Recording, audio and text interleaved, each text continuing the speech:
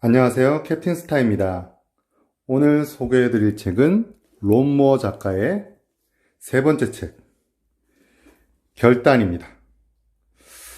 자, 영어로는 Start Now, Get Perfect Later. 먼저 시도하고 나중에 완벽해져라라고 얘기하는 책입니다. 전작인 레버리지 그리고 머니, 이 앞서 두 권의 이야기들을 마지막 총 정리하는 대단원을 마무리하는 그런 어떤 3부작에 대한 최종편 같은 느낌도 드는데요. 그래서 앞서 나왔던 부분들이 조금 반복돼서 얘기 나오기도 합니다. 레버리지를 활용하라는 거나 그렇게 해서 결국 머니, 새로운 가치 그런 것들을 만들어라 이런 거겠죠. 그래서 만약에 순서대로 본다면 저는 이렇게 생각됩니다. 먼저 결단을 내리고 레버리지를 활용해서 돈을, 부를 만들어라. 그리고 이걸 계속 반복하는 거죠. 론 무어 작가의 핵심 메시지는 책의 맨 마지막 부분에 나옵니다. 같이 한번 볼까요? 사람들은 실행보다 말이 앞서는 경향이 강하다. 시작하기에 너무 늦지 않았다. 하지만 기다리기엔 항상 너무 늦었다.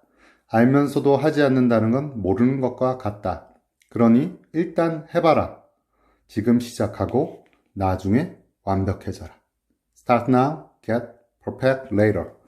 몇 가지 재밌는 이야기들과 얘기들이 나옵니다. 그래서 사실은 우리는 게으른 사람이 아니다. 이제 꾸물거림이라고 하죠. 그래서 여기도 이 번역이 꾸물거림이라고 되어 있는데 소극적 꾸물거림과 적극적 꾸물거림에 대해서 얘기를 나누고 있습니다. 그래서 이 꾸물거림이라는 것은 우리가 예전 아주 원시 시대부터 살면서 자기를 보호하기 위해서 만들어진 자기 보호 기제이기 때문에 자기가 게으르다거나 꾸물거린다고 해서 죄의식을 가질 필요가 없다고 작가가 말해주고 있습니다. 어떤 꾸물거림에 대한 DNA 유전자가 있다거나 그런 것들이 있는 게 아니다라고 얘기하죠. 그래서 어떤 일을 시작하기 전에 뜸들이고 꾸물거리는 것은 오히려 성급하게 움직이고 나섰다가 예를 들어서 동굴 속에 있는 원시인이 성급하게 나섰다가 맹수에게 잡아먹힌다거나 위협을 당하는 것보다는 꾸물거리면서 조심스럽게 이렇게 행동하는 게 훨씬 생존하는 데 유리했다는 거죠.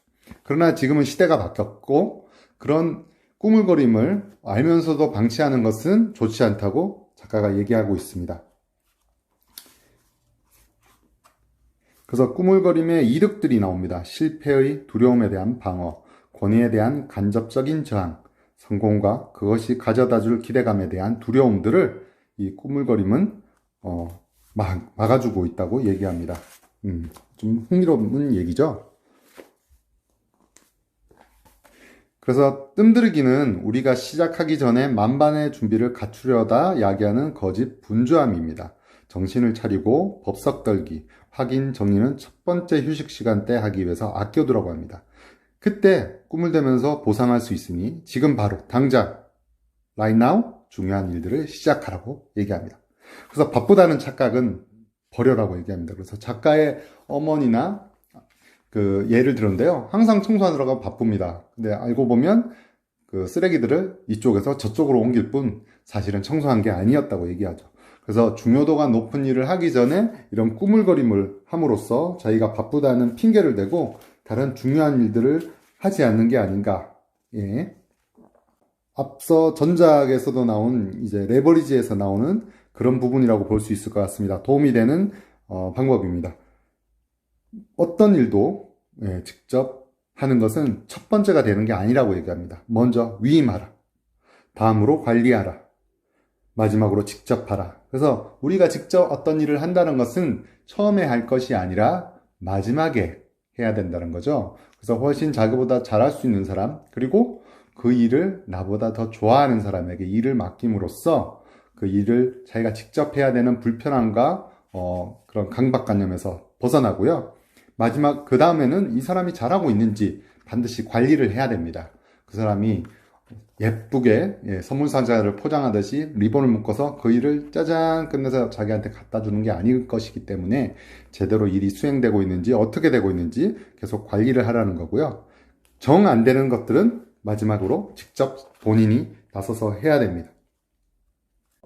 할 일 목록 리스트에 대해서 바꾸라고 얘기합니다. 내가 어떤 일을 하는 거에 대한 투두 리스트가 아니라 누가 그 일을 할 수 있는지, 내가 누구에게 그 일을 맡길 수 있을지, 누가 그 일을 해본 풍부한 경험이 있을지, 누구에게 그 일이 정말 쉬울지, 누가 그 일을 하는 걸 좋아하는지, 그리고 누가 이미 그 일을 해봤을지, 이렇게 함으로써 레버리지 효과를 극대화할 수 있다는 거죠. 그리고 우리가 이런 일들을 할 때 정말 한번 업무 일지를 작성해 보는 걸 권유하고 있습니다. 이 양식이고요. 그래서 시간은 언제 시간일 거고요. 그래서 이것을 워드 프로그램이나 스프레드시트, 엑셀 같은데 만들거나 아니면 이제 메모장에 만들어서 27주 동안의 업무와 에너지 일지를 작성할 것을 권고하고 있습니다.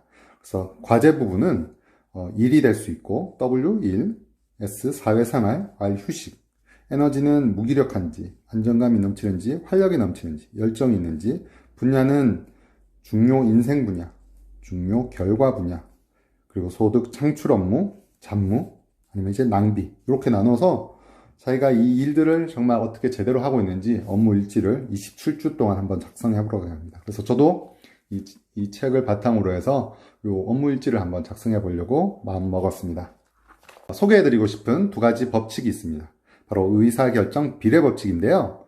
결정에 투자하는 시간의 양이 결정의 결과와 정비례한다는 말입니다. 그래서 영향력이 큰 결정에는 많은 시간이 소요됩니다. 당연합니다. 영향력이 작은 결정에는 훨씬 적은 시간이 필요하죠. 칫솔질처럼 습관적인 것은 결정하는데 또 그렇고 영향력도 크게 할 건 아니지만 예를 들어서 우리가 집을 산다든지 어떤 대규모 사업을 시작을 한다든지에 대해서는 그 결과에 대해서 훨씬 더 많은 시간을 심사숙고하고 진행해야 될 것입니다. 그래서 결정에 투자하는 시간의 양이 그것의 크기와 중요도에 정비례하기 때문에 어떤 결정도 가치가 같지 않은 이상 빨리 천천히 결정을 내리지 알기 위해서 중요도 등급을 한번 매겨보라고 합니다. 그래서 이것은 당연히 중요도가 높기 때문에 시간이 걸리는 일이야 라고 스스로에게 얘기를 해줄 수 있는 거죠. 그리고 두 번째 소개해드리고 싶은 법칙은 진공 번영의 법칙입니다.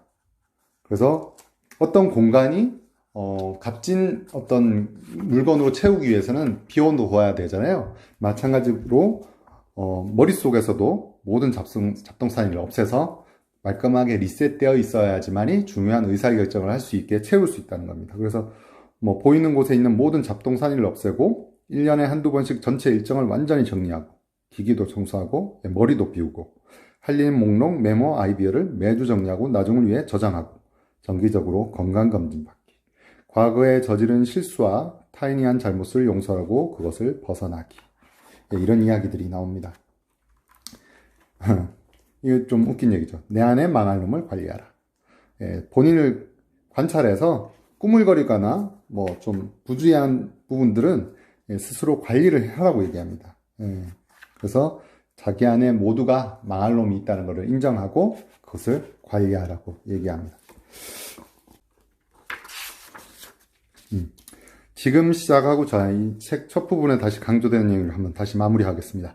지금 시작하고 나중에 완벽해져라. 그게 이 책의 결론입니다. 그래서 나는 내가 더 익숙해지면 결정이 더 쉬워질 거라고 생각하곤 했지만 내 생각은 틀렸습니다. 부동산을 하나 관리하건 700개 이상 관리하건 책을 한 권도 안 써봤건 10권을 써봤건 세계 기록이 전혀 없건 세계가 있건 빚더미에 올랐건 수백만 달러를 벌건 나는 점점 더 크고 중요한 결정을 내려야 합니다. 인생은 결국 선택의 연속이라고 하죠. 레버리지를 활용하더라도 우리가 어떤 부를 이루기 위해서 이 결정을 할 수밖에 없다는 것. 레버리지, 머니, 그리고 이 결단, 이 3부작인데요. 만약에 다음에 또 롬무어 작가의 책이 나온다면 제가 생각하기에는 또 같은 얘기들이 반복은 좀 될 것 같고요. 이거를 시를 계속 반복하는 예, 이 사이클을, 그러니까 결단을 내려서 우리가 어떤 걸 실행을 했을 때 꾸준히 지속하는 거에 대한 어떤 예의가 나오지 않을까. 그런 또 조심스레 예측을 한번 해봅니다. 그래서 어떤 툴로서의 레버리지를 설명을 했고요. 처음 일을 시작할 때 결단에 대해서 얘기를 했고, 그래서 최종적인 부의 법칙, 머니에 대해서 얘기를 했다면, 그러면 사실 중간에 레버리지를 계속 활용할 수 있는 뭔가 지속하는 힘이라 그럴까요? 약간 그런 부분에 대해서도 얘기들이 또 나오지 않을까 생각됩니다. 자, 롬모 작가님의 책은 이것으로 이제 대단원의 막을 내리게 되는데요. 모든 책 지금 소개가 이제 끝나게 되는데요. 다음에는 또 다른 재밌는 책 이야기로 만나겠습니다. 오늘은 롬모 작가님의 결단이었습니다. 다음에 또 만나요. 안녕.